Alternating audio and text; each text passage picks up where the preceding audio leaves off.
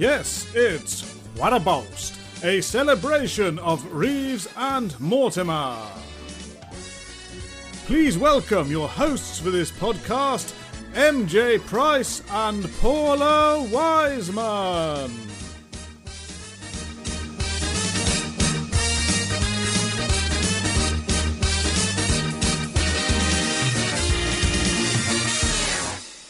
Hello and welcome to Quite a Boast, a podcast dedicated to the work and genius of Vic Reeves and Bob Mortimer. My name is Matt Price, founder of the Reeves and Mortimer Depository of Curious Stuff Facebook group. And I am Paula Wiseman, the creator and founder of the Divine Comedians podcast. After first appearing on our screens presenting the weather forecast on Breakfast TV, today's guest went on to become one of the most recognisable faces on British television, not least of all for captaining Team B through all 8 series of Shooting Stars, where she proved her comedy chops, whether modelling Geordie jeans, impersonating many celebs from Britney to Nigella, or downing a pint in record time. Please enter the Novelty Island paddock, Ulrika Jonsson. Hey! Hi, Ulrika. There she is. Actually, the best introduction. Thank you. Thank you kindly. So we can go back to where you were in your career at the time when Shooting Stars first appeared on the horizon. Was it just post TVAM? Gosh, so it was a really bizarre thing because I had left TVAM doing the weather, and I jumped ship to take part in this random show called Gladiators, which nobody knew what was about, and it was a big gamble. Turned out to be a good one. Did all right. Well, it's back again as well, isn't it? So, and I don't know if you know the backstory of how I got my part in. I've got 2 dogs trying to break in. How I got my part in Shooting Stars. So the boys obviously had an idea for a show, and Bob said to me that he saw me on a Noel Edmonds house party gotcha Oscar. So when they put teams against each other, they make you do random things and whatever. I obviously had no idea it was a setup and whatever else, and took it really seriously. And he said to me, like many years later, oh, you just look like a bit of a laugh because took it so seriously. So the first time they did like a pilot, I guess, for Shooting Stars, was they had Jonathan Ross, I think, as a team captain for the other side. But it was all based around was it 60s or 70s? That's how they based it. And I was on it, and I just had my first child. So 94, I had him, so it might be 95. And also, like, I wasn't in England at that time, so I didn't know any of the answers. And they kept making jokes about, like, oh, your baby's crying off this. How many babies have you got, or whatever else, that kind of malarkey. But yeah, so that's kind of, and I thought, oh, this is dreadful. I just thought it was a dreadful idea. And then when they came back, obviously it was a different format, a different idea, whatever else. But yeah, but I had been a massive fan.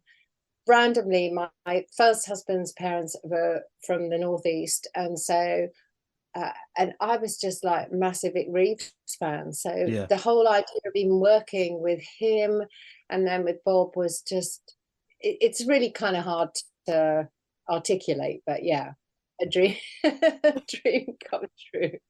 Because that point, as you say, that pilot episode and a few in the first series, there's a lot of references to old television, a lot of TV clips from, as you say, 60s and 70s. And they say if you didn't grow up with that, then it probably just means nothing.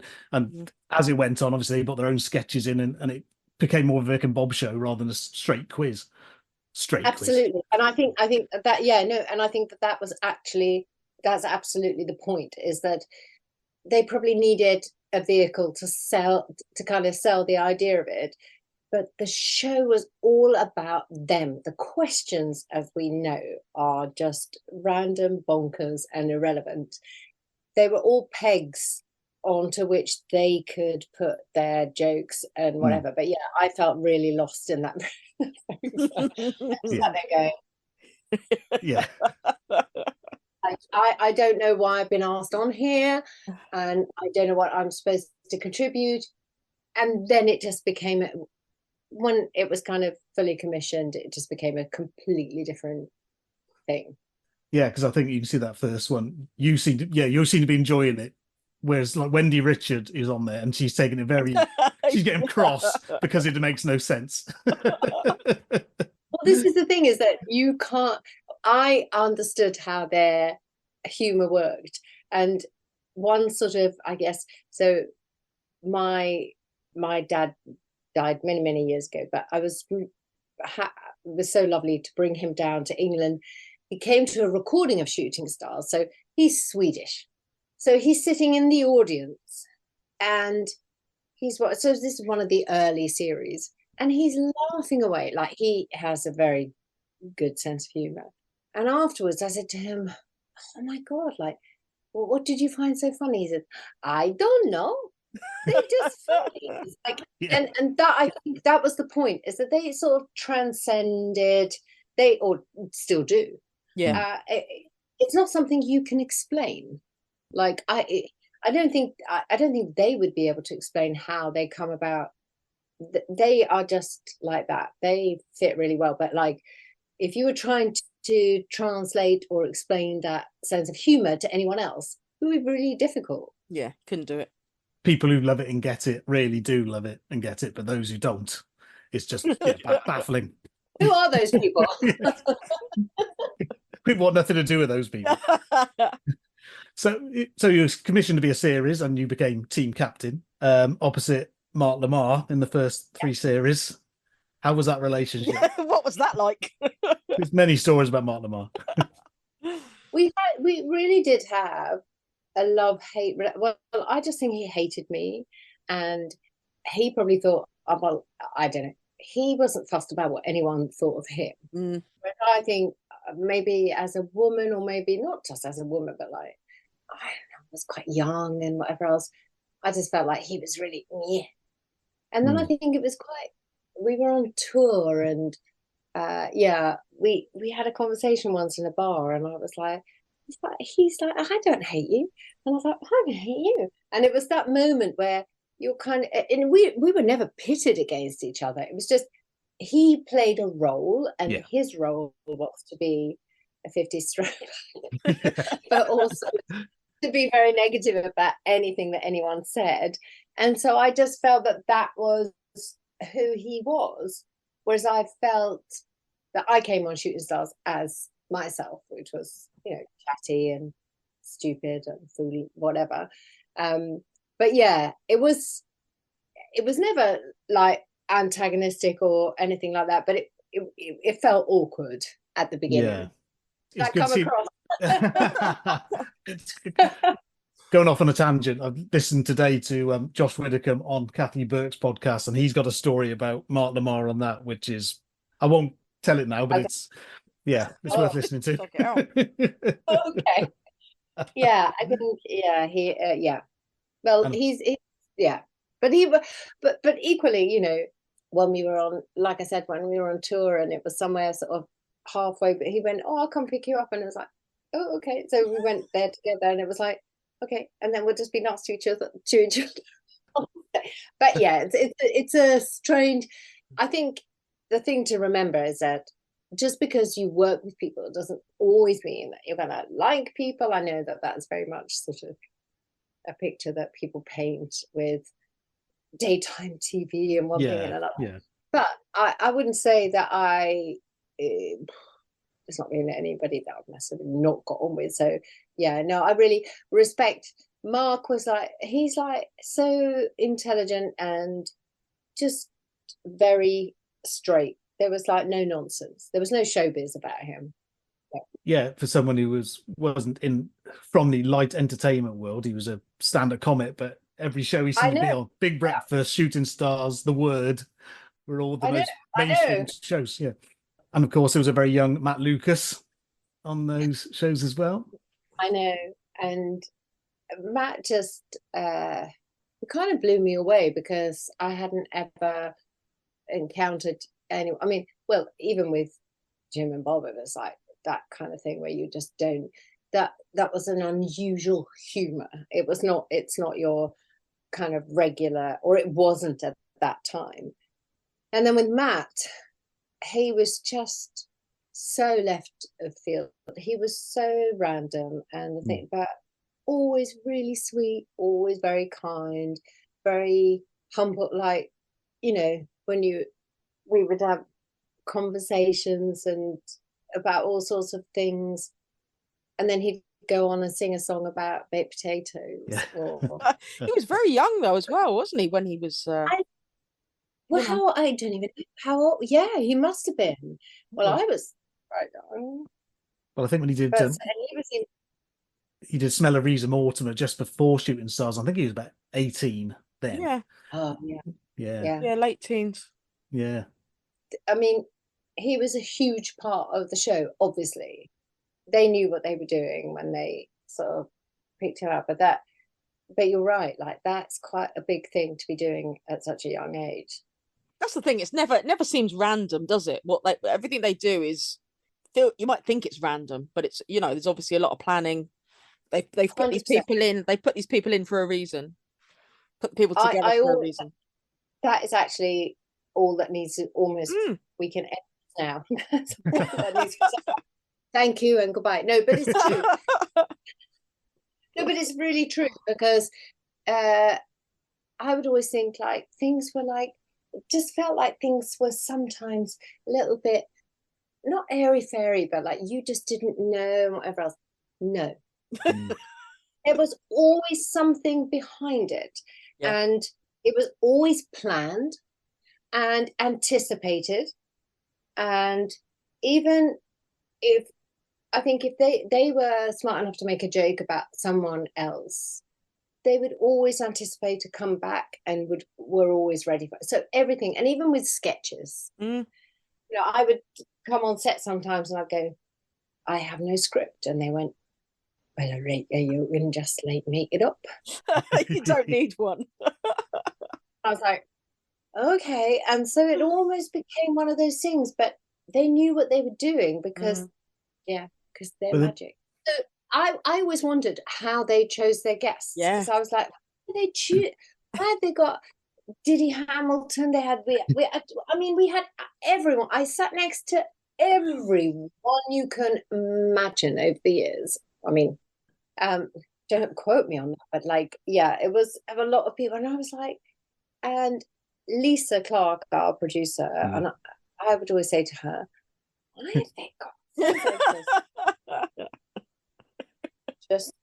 just leave it to them. Just go with it. They absolutely knew, obviously, what they were doing. And it was so smart, because there were people like, I thought, I can't think of anyone, but when you think, that's an irritating person, why have you got that person on? But they would find some way. They would, like, either Vic would then rub his bloody legs, or woman. If it was a man, they'd catch people unawares, and I think that was the beauty of it. Oh my gosh! Oh, we had, what's his name from Dallas? Oh, Larry Hagman, yeah. Fantastic. So nobody was allowed to have. There was like strict rules. Nobody was allowed to smoke on set, as if that was ever going to happen anyway. I don't even know in those days if that was even allowed, but no alcohol allowed. I think because his wife had a liver, I don't know, there was some sort of anyway, so everyone was like that, because it was like all these strict rules, but they still managed to sort of somehow penetrate that LA kind of Hollywood bullshit, and just because he didn't have a clue. That's fantastic. Oh man, that was the beauty of it though, wasn't it? Oh man, that was just the absolutely. And I think that was the thing. That's their art, is to bring. I actually think they're not egotistical. I don't see them as like, because there are a lot of comedians out there who are like all out to, like, it's all about me. Whereas for them, and when you see how they work together, Bob is always like humble and just that kind of over, but still manages to like he'd sometimes, I would never get a forewarning, but Yeah. he would sometimes say, Ulrika, would you like when you come on, like, would you mind if you like trip over a razor blade and like, you know, whatever. I know something like, I don't know. Give me like a little pre-warning, but that wouldn't always happen. Yeah, there were. I think with Bob, because some of the little regular little songs and rhymes that he used to sing to you, which about whatever the latest tabloid story was. If anybody else on that set would have said it, you'd have gone, "Oh my God, that's a bit near the knuckle." When Bob came out with it, with that glint in his eye, He got away with murder. He got away with it. You were talking about the footballer, right? There's not a footballer, Ulrika. But you see, that those things don't offend me at all, because number one, they're funny, and also like there's no like harm or malice involved in that, and I would never get a pre-warning about anything like that. And so that was the beauty of it. It was that, exactly, that I was there to be laughed at, but I laughed with them because they were so brilliant. So for me, it was a joy. I was basically getting paid to laugh every. But well, it's great. You can see like the early episodes, which you might not have got a grip on what the show was yet, and you're taking the quiz element really seriously, and you're getting upset if the buzzer doesn't work, or the points don't add up. I was like, I know, and the funny thing is, I'm not a competitive. They deliberately, obviously, killed my buzzer, and then there would be that thing of like the end game, like if you won or lost, then you got to play. And at the beginning, I think I lost quite a lot, so whatever. So I got to, I think, from memory, I got to wipe the fake snow off the windscreen of a car with my bum. Right. I actually think, I'm wondering if that was the one that my dad attended. I can't remember, but he was like, "What were you doing?" It's like, in Sweden we don't do things like that. How do you explain it? You know. But yeah, just them inventing those end games was. I mean, I have to admit, I was at the point where I wanted to take part in them. I was really pissed off. Yeah, I knew someone else was going to. Yeah, because I think it's they've admitted themselves they knew beforehand who was going to do it out of the contestants. They know who's going to win because who's going to end up doing the end game. Yeah, there was a plan. Yeah, of sorts. Yeah, and of course, obviously, Vic Bob, Matt, and Mark have come from comedy backgrounds and perform live. And when it came to the sketches, I know you had acted in the past, but were you happy going into those? Before I did anything, that was my ambition, was to be an actress. And then my mum said to me, "Oh, if you're going to be an actress," sorry, she has a Swedish accent too. She was like, "You're going to be unemployed for." That's what you want to hear from your mum. So I went to secretarial course, blah blah blah. Anyway, so that I had a skill, which has proved very helpful. So I kind of had that and did lots of drama school auditions, whatever else. I think I slightly had that kind of knocked out of me, and then worked in TV behind the scenes, and then worked as a production assistant, runner, all that sort of stuff. So I kind of learned what it was all about. But acting, it's whatever you bring on the day. And I guess nowadays anything goes. I mean, in those days you really needed to, if you were proper acting, you needed to have a card and pay your dues and one thing and another. But doing the sketches, as I said, I would turn up on set sometimes and there'd be like a day of filming or half a day of filming before we were recording the show in the evening, and it'd be like heart to heart. Was my day. So it'd be like, "It was my day." Tim would be doing it's like, or Vic would be doing it like, "It was my." But and it would be me in bed with Bob, and there was no script, and I'd be like, "There's no script," and he'd be like, "Well, Ray, whatever you want to say," and then Vic would walk in, like literally on his knees, like being "White and my day," you know, doing his thing, and it was just all so random. But so it felt like a privilege to be allowed to bring your own contribution to the thing, but also I think the nice thing about it was that whatever you did was not wrong.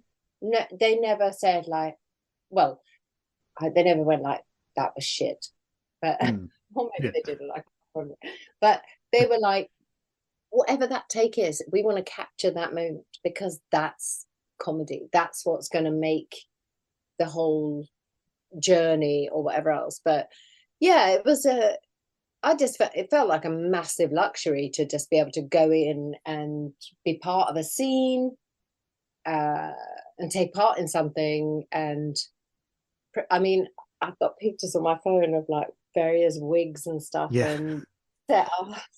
And well, that I think that was some of that was Georgie Jean's stuff, and then we did sort of Carry On stuff, and I just trusted them. And I think that's the thing, is if you trust the people that you're working with, it wasn't like, you know, we weren't doing Shakespeare. So I think their attention to detail was really very, very, it was very specific and quite intense. So they would be like, we don't mind about that bit, but that bit there, and that movement from this joke or that line or whatever has to be absolutely spot on. But then, you know, you do different takes and they'd both be pissing themselves laughing. So don't think like they were standing there going, okay. They would, like, the number of times that Bob wet himself, like, you know, that would happen. And I think that's a really, without sounding too twatty and whatever wanky, but that's a really lovely, generous, artistic thing to give to people, to go, we're all part of this. They knew what they were going to try, but it was of the moment. You'd never be able to recreate those things again. You couldn't read those scripts or whatever. Yeah. And I think that's kind of the key to them.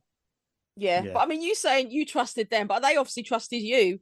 Do you know what I mean? They chose you for a reason. Do you know what I mean? There was a mutual trust between. Yeah.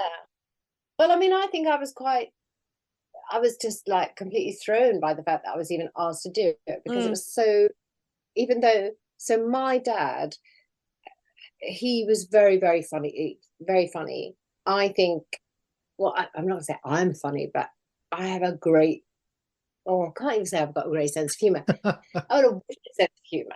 Yeah. I maybe have a nasty, bad, naughty sense of humor, whatever. Anyway, I often find humor in dark things and one thing and another. But at the time that they asked me to come and be part of Shooting Stars, I was clueless, like in terms of knowing what they would want from me. I was humbled, you know. I was in the presence of Reeves and Bob Mortimer, and you know, it's a bit like my mum going and seeing, you know, Neil Diamond or whatever else. It was just, you know, when you're just like, I don't know why I'm here. I'm just going to take part because I've been asked. And then we just fell into this rhythm, and I got their humor is, for me, I was going to say it's the best, but it kind of is, because no one knows the key to it. Yeah. No, I remember seeing, I went to the Brighton, I think you were at the Brighton Centre. Yes. It was, yeah, I was at that one. So I mean, how different, I mean, obviously you were used to performing, but how different was actually taking the show out in front of a live, I mean, obviously you're recording in front of live audiences and stuff, but how different was it, you know, taking it out on tour? Well, it's a really good question, because I think in a way it was, I was going to say, I preferred it. I mean, that's not, I preferred it in terms of the isolated performances, the traveling around was less fun. I was like the only woman on a bus of touring bus of men. And but you know, and also, you know, Vic had just had a young child, I had a young child. So we were all like all a little bit discombobulated and one thing and another. But back to the point of being on stage live, you cannot get away from a live audience. Like you can plan a performance, but your delivery will be dependent on how they respond, and so you might go somewhere and it's a bit, I mean, it rarely was with Vic and Bob, but like it might be a bit less, and then other times they're crap, especially up north and one thing and another, they're going crazy, and then that creates a whole different atmosphere, a whole different line of kind of jokes and whatever. So I loved it because it was random. And I was brought up on live TV. I mean, my first job on TV was doing the weather, and it was live. So you didn't get a second take.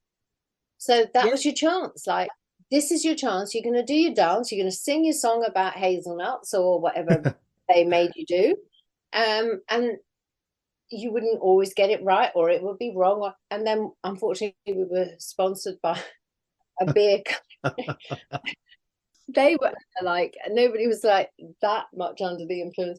But, there was that thing of like, well, it was all around. I mean, I'm not a big beer drinker, but, it was, yeah. Especially No, I remember a bit of heckling. That's the trouble. That's the thing with live. You're going to do a live show like that. The audience want to get involved. Actually, I wonder if nowadays people are a little bit more. Well, hecklers are probably a lot braver, and it's probably maybe even a bit nastier. I don't know how I felt quite. Well, I say protected. I did, I guess. I didn't even really think about heckling. Like, if anyone shouted anything, it would hopefully be something funny. I wouldn't even, because I had Vic and Bob there taking the piss out of me, so I didn't really need the audience. And that's the thing, everything's recorded, isn't it, these days? Even though you think it's not being recorded, there's always somebody with a smartphone that will catch you. I know. At that precise second in time. That didn't happen. No, we didn't even there's none of that. We didn't even have cameras. I don't know why I'm doing that. Like, when I go like that when I speak on the phone. It doesn't look like that anymore. We spoke to those Charlie Higson and Matt Lucas about the Shooting Stars Fast Show double bill shows at Hammersmith Apollo, and they both pretty much said that it was the first half, the Shooting Star half was anarchy, and then Vic and Bob would just go off and get pissed backstage. Well, Fast Show did their beautifully crafted sketches in the second half. And choreographed. This was so, like, as you say, it was so articulate, and it was scene by scene by scene, whereas ours was a little bit like, we've got Ulrika coming down from we don't know if she's going to come down, we don't know what state she's going to come down in, and then she's going to dance with thingy, oh my god, I've forgotten his name now. That was when we were doing, got his face, what we were talking, 50s throwback. Mark Lamarr. Oh, Mark Lamarr. I was thinking Matt. I was going Matt, no, because and so it was, because we would do our bit, then I'd go and stand at the back of the seats sort of and watch the Fast Show, which was just so beautifully done. So, but it was great. It was lovely, and it was really nice to be, around really talented people. Yeah. And the scale of it, even, do you know what I mean? It's not a small room, is it? The Labatt, well, what it was at the time, the Labatt's Apollo. Yeah, I know. Well, what's it even called now? I know. Every person I speak to, it's called. It changes, I guess. Every. I know. I know. No, it's a fair old. It's a big old cavern. Yeah, it is. But I don't think they ever cared. Like, Rick and Bob never ever cared about anything. For them, it was just like, I think Bob was probably, or is probably, like the more empathetic, more sensitive kind of, whereas Vic could just be like, okay, whatever. I don't. He genuinely would be like, but he kind of earned that because he's a brilliant person. Yeah. So, oh my God, I just remembered. Sorry, I'm gonna. I've got some artwork by Vic that he sent me. Oh my God. Oh wow. That should be in a frame. I know. Novel too. So I think when my one of my children was born, I don't know. That's your pension there. I know, that's what I was thinking. Crazy. Oh man, that's incredible. So let me just show you the picture and then I'll read you what it says. Okay. So that's the picture. Wow. Rudolf Nureyev imitating a smew as it passes over his house in the direction of the railway lines. I just literally, I had this in a tube for, I've got 2 or 3, I've actually framed the picture that he did for when my son was born. And I was like, I need to frame these or maybe sell them. So that's your pension. Yeah. No, he is a genius. Yeah, no, but he is an amazing. But I think that's the thing with them as well, is that they're 2 very different people, aren't they? And so they just, but it works.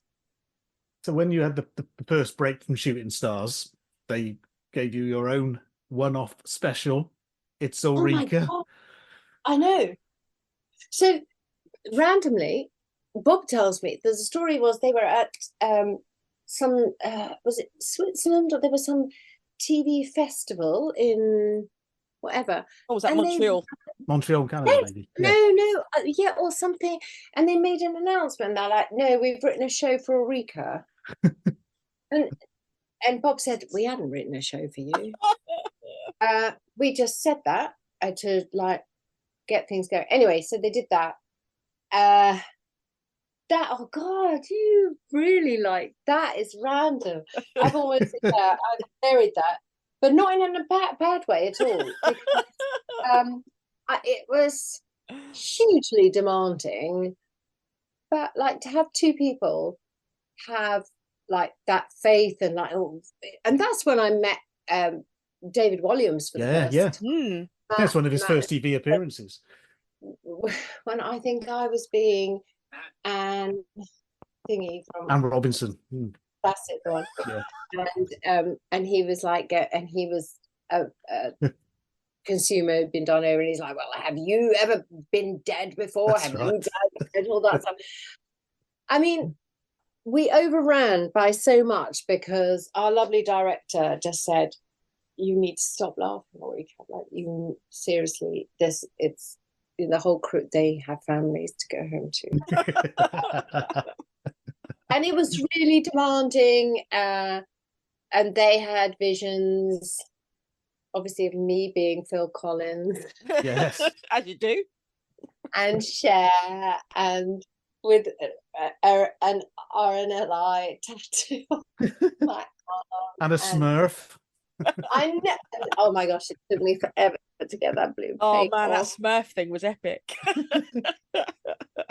I mean, and just for me, it was lovely and it was amazing.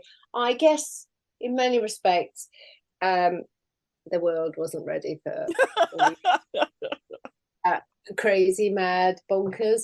But also, I think it was put on August bank holiday. I don't know, I'm making excuses now, but basically, it was a big jump, and this is 1998, I would guess. 7 or 8, yeah, something like that. Yeah, because I think yes, maybe, yeah, which is quite a few years ago. And so women doing their own thing, and I probably wasn't, well, obviously wasn't not known for doing acting or comedy or taking on roles or whatever else. So they took a punt on me and whatever, and I'm forever grateful for them giving me that opportunity.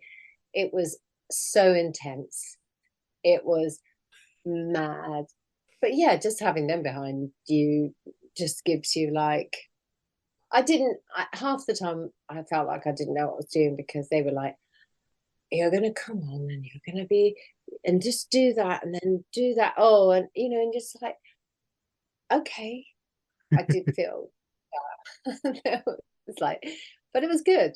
It was really good for them. It is worth a rewatch. I mean, at the time, the critics weren't kind to it at all, but I watched it again on YouTube recently, and it's you're really good at it. You're really good at it. There you go. You need to revisit. Yeah. Oh my gosh, I don't. Poor people's eyes are bleeding. When you went back to Shooting Stars, obviously now with Will Self and Yes. Johnny Vegas. Oh yeah. Am I right in saying with Johnny Vegas, if a show had previously taken an hour to record, it was like knocking on 3. You had to edit it down to half an hour when Johnny got going. It was. He was my co-team captain, I guess, or whatever. I loved him and whatever, but and there's no buts. I loved him and everything, but it was almost another show. And Will Self, I just found, really hard work. He was an unusual choice.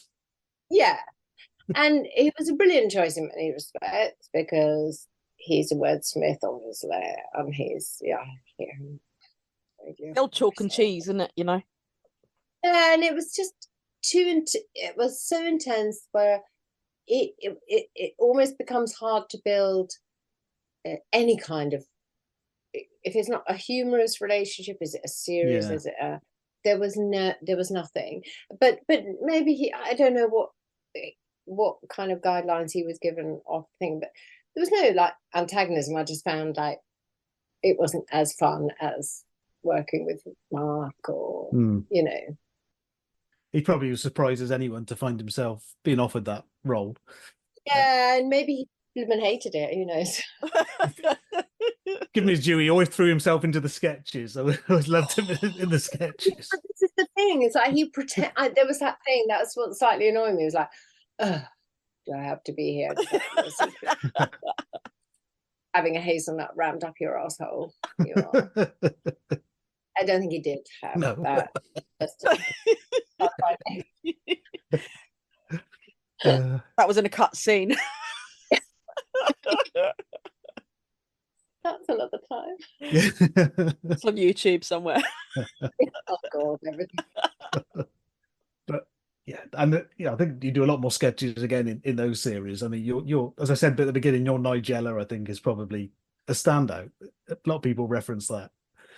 Oh well, so hilariously, that was a classic one where I turned up and there was no script, and I said to Bob, and I think I was really wee bit sort of not entirely aware of Nigella. So like, I mean, which sounds daft because I spend my time cooking and one thing another, but I wasn't quite I had no idea what, and he was like, well, just do a bit of this, do a bit of that, like a bit of touching your boobarubas and put your bra in, whatever. So it was completely unscripted, and then it was literally like,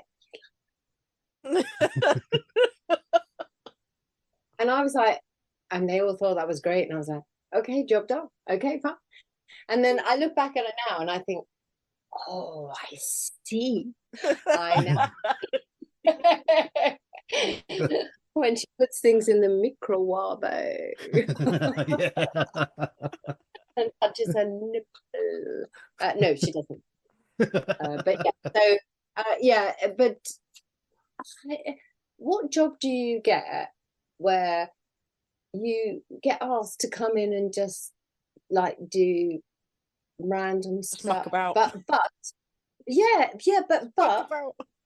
with a very strict backbone of people who know what they're doing. It's not like you see, I'm sure you're aware of, like, I can't name it now, but like there is a comedy that you see or sketches where you feel like it's just a bit too loose, there isn't much guidance or strictness or whatever else, whereas I think the way that they did things was, it was very, they knew where they started and where they needed to go to. We didn't know what was going to happen in the middle. And I think that's their craft. So there's another break for a few years, then you came back again Yeah. with Jack in the team. Oh, yes. He Love was Jack. great. He was Oh, great he's in it. amazing. I love Jack because, again, I didn't build like any strong friendship relation or anything like that. I think I was probably feared him based on his character. Yeah, yeah. I love that. His face, like he was the only person at that time, from what I remember, who was doing that kind of Yeah. Deadpan, yeah. deadpan misery kind of look. And so I would just piss myself looking at him. not literally, but like I would just laugh so much. I loved. I said Jim and Bob obviously really revel in trying to make him break that and burst into laughter, which is always the highlight of those shows. Exactly. That's what I was just going to say. It's like, clearly there was some sort of, either, you know, it would be set up, but like he was unbreakable. And Bob is like a giggly 7-year-old. Starts laughing. Like, I don't understand how you can not laugh. Yeah. But Jack managed to be a miserable. It's just like, I can see his face now. It's still there. Yeah, it's very, very, very, very funny. Yeah. And you were joined again by another new member who was a burger van owner by the name of Angelos Epithemiou, the great Dan Skinner. But that was, he said to Dan, that was hell of a risk because nobody knew who this person was, whether you knew who he was in advance. No, absolutely not. I just knew that, you know, Matt was going on to different things, and they were like big boots to fill kind of thing. And then Dan just was a miracle. Like, I just feel like his humor, I mean, obviously people need to know that he is absolutely who he is on screen. Yeah. On screen, he's just like nicest person. Yeah. The nicest, but his humor is right up my alley, as the actress said to Bishop. I mean, it's like he is. I just couldn't, you know, just the glasses and the look, the tie, the whole, and the little bag and the bag. To me, I didn't even know. I didn't know. I literally walked on set one day, and here we go, and Angela says, "What are this? You know, whatever." This guy, I'd be like that. Oh my God! And he was just, he's a character. I mean, he is a great actor. I mean, a performer too, but obviously he does acting stuff and one thing and another. He's amazing. Well, we spoke to Dan, and he said, yeah, well, obviously when you're a character comedian, you've got to commit 100% to that character, and he doesn't break that at all. He's fully immersed, isn't he? Once he's in, he's in. Yeah, he was very, and I think we had a couple of conversations. Oh no, that one we weren't even doing Shit Stars. That's right. I put it forward. We did a sort of like a Strictly Dance for comic relief or something like that. Yeah. So we were. That's right. We were in dressing rooms, and he was like, "Yeah, you know, I do my yoga," and I'm like, "You do yoga?" He's like the last person you'd expect. But sorry, I shouldn't give that away. Maybe him as a person is what I'm saying, away from his character. But he's just, he is. Maybe that's why I never got to sort of properly know him. I mean, he was very much like, if he came in the makeup room, he was Angelos. You could not have like, "Hey, how's it going?" He'd be like, and so he's so softly spoken, isn't he? Though when he's he's not Angelos. Well, and I mean, it's just nice. Yeah, he's a lovely bloke. Such a well thought out character, down to the tiniest detail.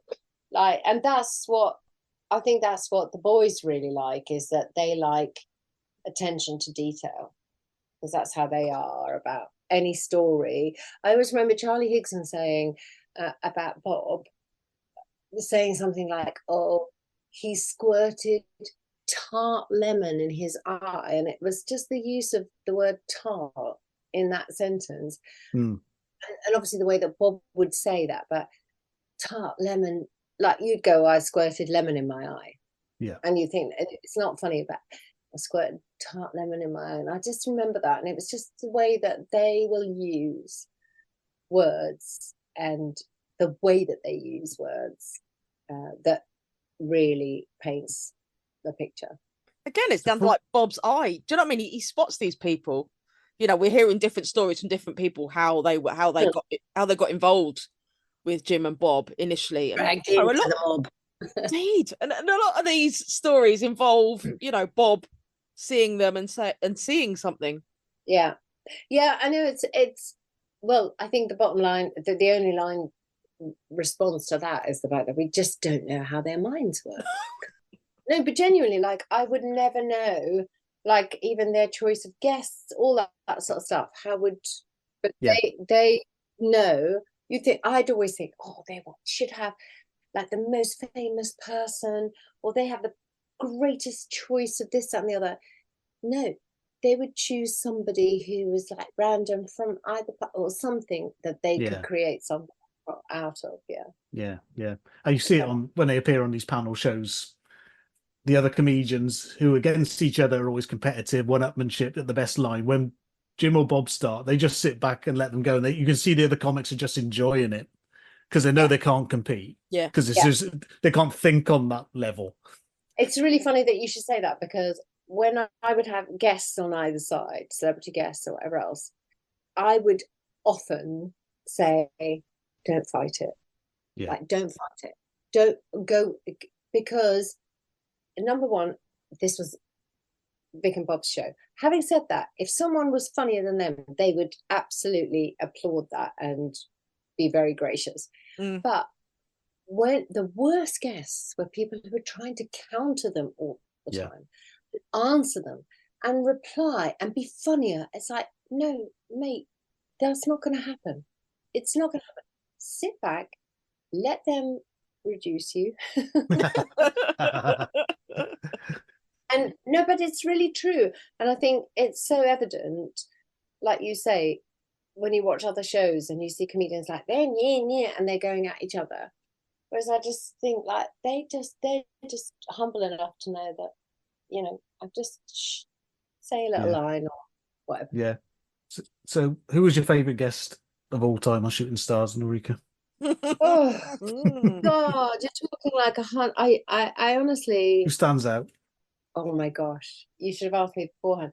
I honestly like a long list and then have to. I think sometimes, like when you hear that someone's going to be on and you look forward to it, and then sometimes they're not. Yeah, doesn't meet your expectations. And I'm struggling now to sort of name and shame, but like even, you know, Larry Hagman, like him coming on was like, we were like, oh God, this is going to be great. And it was just fucking awful. It was just a horrible atmosphere on the floor, for the whole recording. But yeah, so, oh gosh, I don't know, just, I won't demand it. No, I was going to say. I'm going to say the worst. No. I'm trying to think of, I could probably like, I could, no, I genuinely can't think of anyone because of genuinely it's been 1,000 years. But if you had a list, and probably as I walk away from this, I will remember. But I think people who, as I said before, who come on the show and think that they can make a stamp and make a name for themselves on the show is always a terrible mistake. I always think that I was trying to pre-warn people like, this is, just go with the flow. Like if they're going, I mean, we had Paul Daniels and Debbie on, and they were such good sports. Like I was like, we were laughing, ha, ha, here they're coming on, but they were like, took it on the chin. It was like, I mean, all sorts of different people we've had on, comedians, actors, actresses, people that I've made friends with subsequent. It's just a random mix. I suppose thing. nowadays, especially with the reality stars, which I think Mhm. a few seem to creep in towards the end of shooting stars, but they go on these shows to plug whatever they got to plug, whereas shooting stars not about that.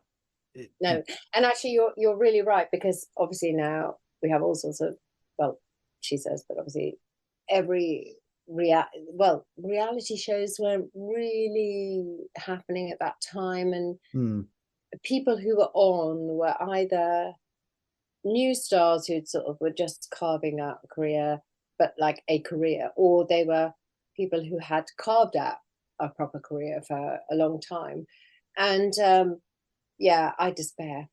Yeah. And I say, okay, well, half the people I don't know, and they've been famous for 2 seconds. And I know that sounds like really disparaging, but I come from a tradition of where you're trained and you have to earn your place. And nowadays, you basically just have to appear on something. And that's the thing. I think that if shooting stars ever came back, which I don't suppose it will, but I'm just saying, like, they wouldn't have those people. Well, they wouldn't be YouTubers. Well, can you imagine what would Bob like make, like, and I mean, they would tear them apart. That's the problem. Oh yeah, and they'd probably be sued for, like, Yeah. it'd be that kind of scenario. But yeah, it's no, they were, yeah, you're absolutely right. It's a different world now, and maybe I do think their humor though, because when we came back that sort of second or whatever third time it was, the people who had originally been like university students who enjoyed it were then older, and then there was like a new cohort of kind of uni students, as well as their parents coming to watch the show. So the humor is, or the comedy, whatever you want to call it, is timeless. Yeah, it's timeless, and it's, according to my dad, apparently my late father, it's crosses all countries and languages, because he had no idea what he was laughing at, but it was very funny. that's great. And just briefly, the last time I think we saw you on TV with Bob was on Gone Fishing Christmas a couple of years back with Bob and Paul, Yeah. which was a joy in Norway. Yeah, I know. Yeah. That was, I mean, who would have known that a show with two old fellas going fishing would become such a huge success? But Crazy, not only, like, I know, but it's like beautifully shot. I mean, it's so beautiful. And then what I love, I know Paul a bit, and obviously know Bob a bit, and just having those interactions and chats is such an unusual and a new, and it's a really lovely thing, because Bob brings out, he's so naughty and so cheeky, and Paul can be quite serious, but equally he's freaking hilarious, and brilliant.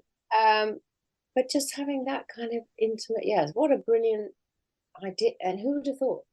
No, they even did they? But I mean, Bob's achieved like national treasure status now, hasn't he? Oh, absolutely. I mean, just I can't look at his face without laughing. So.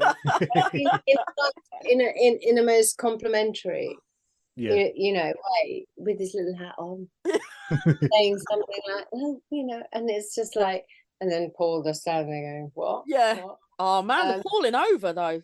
Oh my God! The falling over are incredible. It's never intentional. But that's what I mean. But that is there. But that's also a bit of sort of Vic and Bob, isn't it? That slapstick kind of thing where things just. I love that, falling on banana skin, or doing that silliness and that level. Well, obviously, as you say, like Gone Fishing is not deliberate, but like only. Don't whine, Bob. Don't mind. Yeah. They I are thought brilliant. though, four series so far. It's Mad.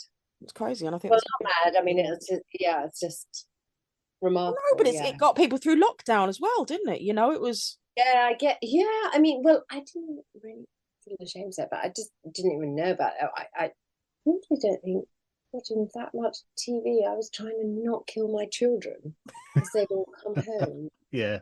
3 of them at home, and the weather was good, so we were mostly outside, I think, originally. But yes, you're right. It's weird, isn't it, how certain things go. I came to the gone fishing thing much later, but because why would I watch a fish? Yeah, exactly. Exactly. So were you homeschooling your kids during lockdown? Oh God, no. Oh God, no. But also I think the youngest was 13, 14. I was like, I trust you. Yeah. And then the one after that was the first cohort to not sit GCSEs. Oh, right. So, yeah, it was just a weird time, wasn't it? Gosh, you can't even think back to that time. It is bizarre. Yeah. They were saying that time is the way we view time has changed. You know, because there was that kind of weird. It was like the weird blip of lockdown. Well, I was going to say that because I feel like I've kind of lost 3 years. Yeah, exactly. Where I just go, I don't know if that was 20. Yeah, was it before? 21? During? Yeah. Was it before the plague or you know? And I think actually, I was so looking forward to us coming out of lockdowns or whatever else, and now we're just living this horrible and cost of living and no work and no, you know, it's just, and I'm like, can we maybe go back to good old days? Just press the reset button. It's awful, but no, I mean, I don't mean to make light of it, but it is. I know what you mean. I was expecting to feel much lighter about coming out of this time, and Jim and Bob give you a call tomorrow and say, new series of Shooting Stars, are you in? Oh, definitely. I'd turn them down, obviously. No. Yeah, I mean, I think that I'm guessing it wouldn't happen in terms of they are doing their own things and their own lives, and so for them, I don't know, maybe if someone offered them billions after, I don't know, but I don't think they're even motivated by that. I think they're just motivated by what they want to do. Yeah, creatively, genuinely. Yeah, definitely. I mean, Jim's an amazing artist. Bob falls over really well. I mean, what could you want? But so, it would be. I tell you what, it would be amazing if we could do, like, let's go on tour. Let's do like oh man, that'd be amazing. But can you imagine I mean, they'd make the Far Show are doing it. They're doing a reunion. I don't know. So why not? Yeah, they're doing a few live dates. Are they? Well, no, but the tour. I think the tour sold out in a day. The whole tour just sold. I bet. The whole tour sold out, and they're talking about making some more dates. And they basically said they wanted to do it before they all died. Well, no, but I also think that slightly goes back to what we were just talking about in terms of being in lockdown and whatever else, like finally being able to go out and do, like, be part of that sort of scenario. Absolutely. Well, put it to them.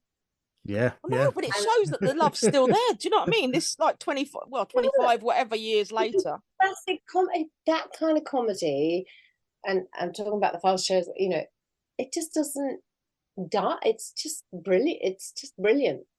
And there are some amazing comedians out there and writers out there right now. I mean, I bloody love it, and I love watching some people. And so it's not like it's a dying art or anything like that. But when you get that thing where, you know, just never, it's timeless. Yeah. Well, as we come to a conclusion, Ulrika, you might notice at the beginning of the interview when I introduced you, I resisted pronouncing your name in a certain way that Bob may have done on Shooting Stars. I didn't think I'd earned the right to say it. And I'm sure you got sick of people shouting it in the street. Now you know each other so well. But at the end, I just needed your permission, really, before I could say it. You don't need my permission. You don't usually ask for permission. I don't know what to say to that. You going to go with me on this, Paul, or am I on my own? You do what you've got to do. So, Thank you for joining us. That really was quite a boast. Ladies and gentlemen, that was ULRIKA-KA-KA. I couldn't get it more woomph, I think. But that too. That was good. That was a good effort. I know, it's so funny. Well, it doesn't happen that often, but it is always a lovely thing. I mean, do you get it? Do you get it in the street or anything? You wonder whether... No. Do I get it in the street? Do you get it in the street? I mean, where I live quite sort of semi-rurally. Most people, everyone knows who I am, so nobody's bothered. But yeah, no, it doesn't happen very often. I mean, in the old, I'd either get one or two things. It would be ULRIKA-KA-KA or what's the weather like? Yeah. Look at our window. Look out. You know, little. Get very frustrated, but yeah, no. So that would be one of it. But yeah, no, I haven't had that, so that's nice. Oh, I'm glad I reminded you of it. You've done a good job. Your time. Thanks. Feel very Thanks proud. so much for that, Ulrika. Thanks, Ulrika. Oh, it was lovely. It was really lovely to reminisce. I've got pain in my jaw now from laughing. Thank you all for listening to this edition of Quite a Boast. Special thanks to Matt Lucas for permission to use the Peanuts music as our theme tune, and thanks to Ed Lewis for this edit.